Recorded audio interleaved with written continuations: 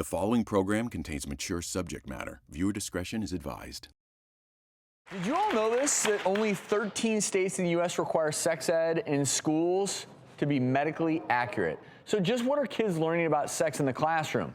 I want you to check out this outrageous sex worksheet one Oklahoma middle school passed out to its students.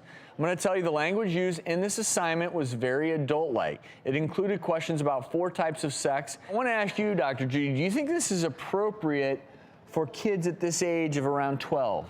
No, and I think that is, thank you. And this is one of the most scary things about sexual education in schools and that not being very regulated is that there's very little information about exactly what should be taught at every age, and most of the times they're reaching these people way too late. So here's the key. The research actually shows the best age to begin the sex education in a more formal way is around age 10. Okay. It feels early, but it's really not. You know, you have to get to them when they're actually able to take in that information and think about their choices before they get to that point of making the decision.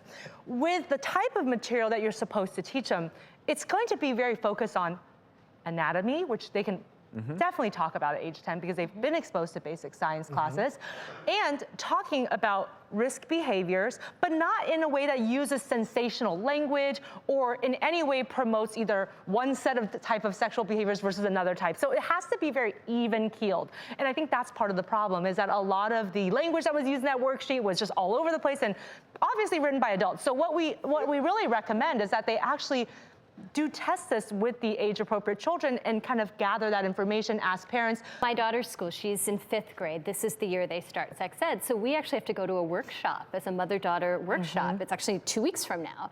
And the first thing they had us do was sign a consent form that you're comfortable having your child be educated. Right. But I think your point is that really pitching the language in a way that encourages open dialogue, that's not judgmental, but that's not also mortifying and embarrassing and way over the kid's head in terms of what kind of knowledge they're expected to have. I remember our sex ed class.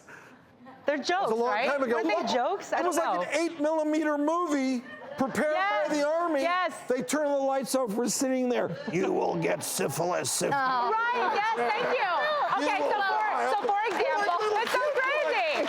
I mean, the kind of content that they're teaching is amazing. So apparently there was one school that passes a peanut butter cup around to all the students that do whatever you want with it.